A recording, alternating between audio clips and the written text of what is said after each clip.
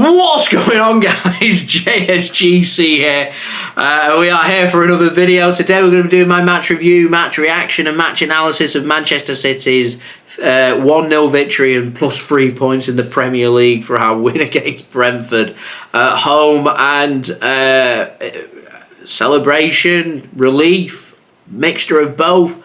I'm not too sure. We'll digest it here. So, before I do crack on with this video, make sure, like always, if you are enjoying the content, do subscribe to my channel. It is free to subscribe. Press that red button, press the bell, and put your push notifications on. Social media links there in the description if you want to go and follow me on my Twitter, Instagram, and TikTok. Email also in the description too if you want to hit me up for any sponsorships for any videos or any general business inquiries. Also, don't forget as well to leave a thumbs up. 100 likes is the aim, and do get your thoughts as well in the comments below. Finally, this video is sponsored and it is brought to you by SofaScore.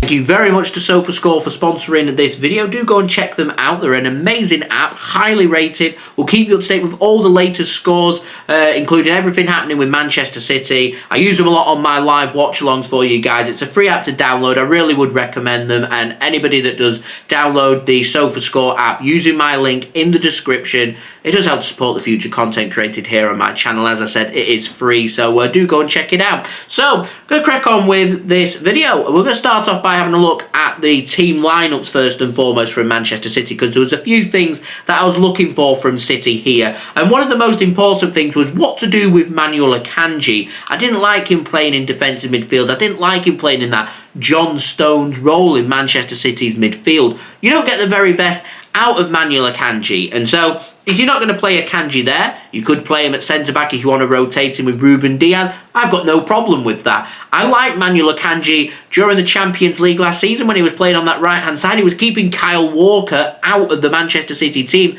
That's how good Akanji was being. And he's showcased today that with Josko Gvardiol injured and Nathan Ake needing a little rest to be rotated, that he's more than capable of doing a job on the left-hand side. He got the man-of-the-match performance for this game, and he was brilliant. He was winning everything in the air. He was reading the game really well. Brentford's attacks coming down their right-hand side and Man City's left-hand side wasn't really there. Akanji knew when to get forward. He was a bit hesitant in making shots in the first half. Eventually sorted out and started having efforts on goal, and when he was, there were good shots as well. So this was a solid game from Akanji, and I'm hoping that Akanji's going to use that now as a little confidence builder, because he's a really useful player for Manchester City to have as long as he's used in the right system and in the right place in the team.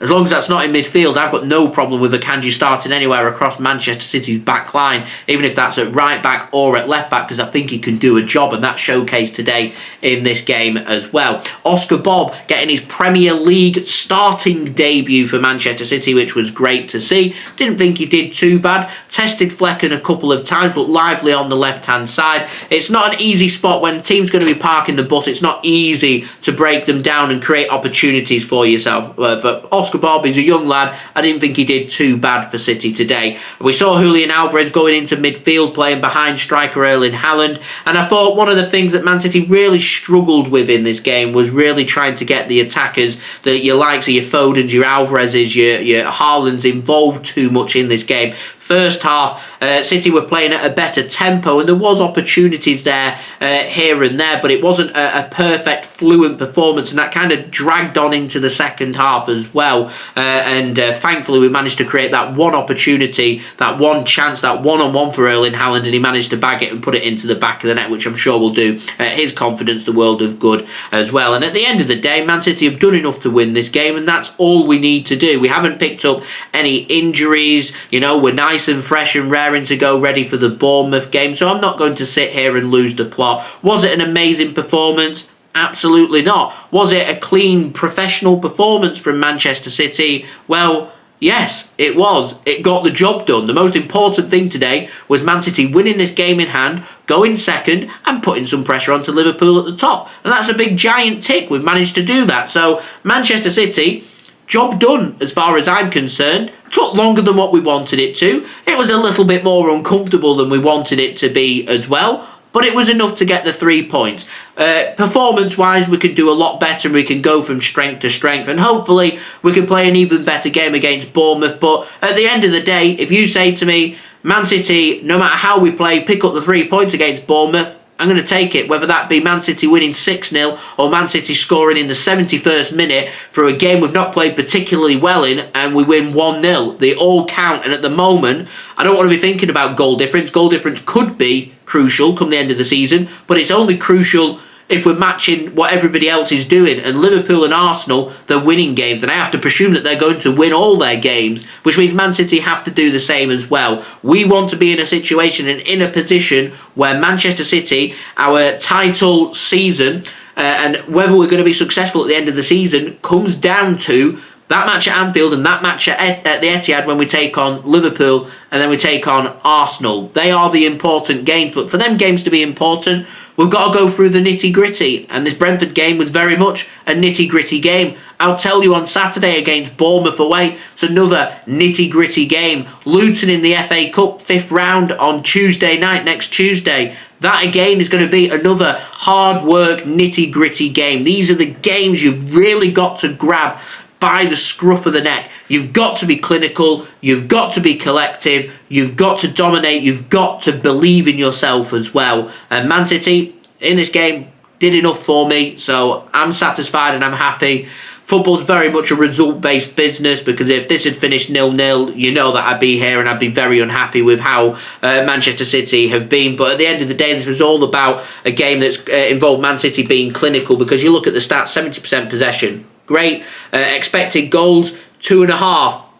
Not too bad. 25 shots, 11 on target. Again, not too bad. The only thing City have done wrong is not be clinical in front of goal. Brentford had a couple of really good opportunities in the first half. They didn't put them away. That was the difference between Brentford today and Chelsea last weekend. Chelsea had them opportunities. Eventually, they found the back of the net and it put City under all kinds of pressure. Brentford put one of them opportunities away. Potentially Man City dropped points again, but because Brentford didn't find that goal and we've managed to keep a clean sheet, so another plus and another bonus that for Manchester City, we're always going to score a goal. So you always fancy that even if it takes it, we are able to pick up the 3 points by scoring just one goal. And I always say to you guys, to win Premier Leagues, you need to be able to 1-0 a game. It's great going out and blitzing teams and scoring 4-5 goals. It's great to be able to do that. You need to do the basics. The basics are, can you score a goal and then can you hold on to that lead? And Man City have showcased that they can do that. I want to see it again against Bournemouth. I want to see it against Luton.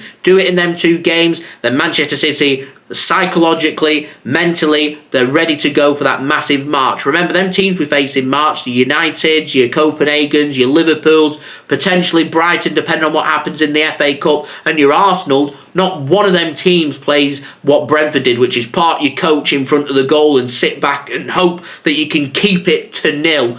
They'll all play open football. That will suit Manchester City. That's where Man City start to score goals. That's where Man City look good. They look at their best, in my opinion. So these nitty-gritty games, you just need to get the win any way, which way you can, because at the moment, beggars can't be choosers. We need 3 points. We've got the 3 points. Fantastic. We move on to the next game. We can be better, improve on that for the next game, see if we can beat Bournemouth and get a 3 points there. If we could go out there and win by 2, 3, 4 goals, then absolutely brilliant. But if we would just win by 1 goal, then I'm happy with that, because it gives us 3 points and it puts pressure onto everybody else. And that's what we've managed to achieve here. We're over Arsenal. They're now under pressure in their next game. Liverpool know that City, breathing right down their necks, have been here, done that, worn the t-shirt. They know that we've still got to go to Anfield. Well, they know tomorrow that they must beat Luton.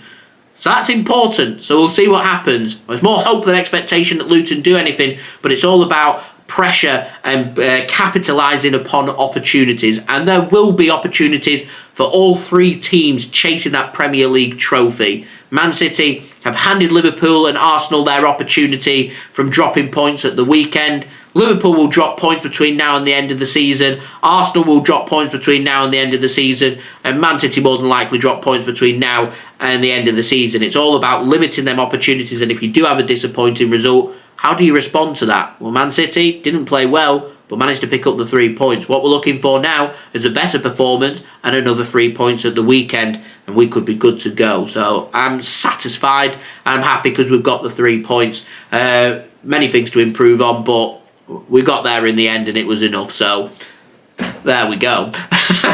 So, thank you really for watching. Much appreciated. Do get your thoughts in the comments below. What did you make of the performance? Was you happy? Was you not happy? What was you happy with? What was you not happy with? What would you change? Let me know in the comments below. Also, don't forget as well to leave a thumbs up. 100 likes is the aim. Subscribe as well if you're new around here. Press that red button, press the bell, and put your push notifications on. Social media links, they're in the description if you want to go and follow me on my Twitter, Instagram, and TikTok. Email also in the description too if you want to hit me up for any sponsorships for any videos or any general business inquiries. Do go and check out today's video sponsor, SofaScore. Links and details there in the description. They did keep you up to date with all the statistics that I was going through there in the game as well, so do go and check them out. Links and details there in the description. Remember, it is a free app to download. And I'll see you all again real soon for the next Manchester City video, which will be tomorrow, where I will be having a transfer update for you guys to enjoy. So I've been JSGC. Thank you everyone for watching. I hope everyone is safe and well. Peace. Ciao for now.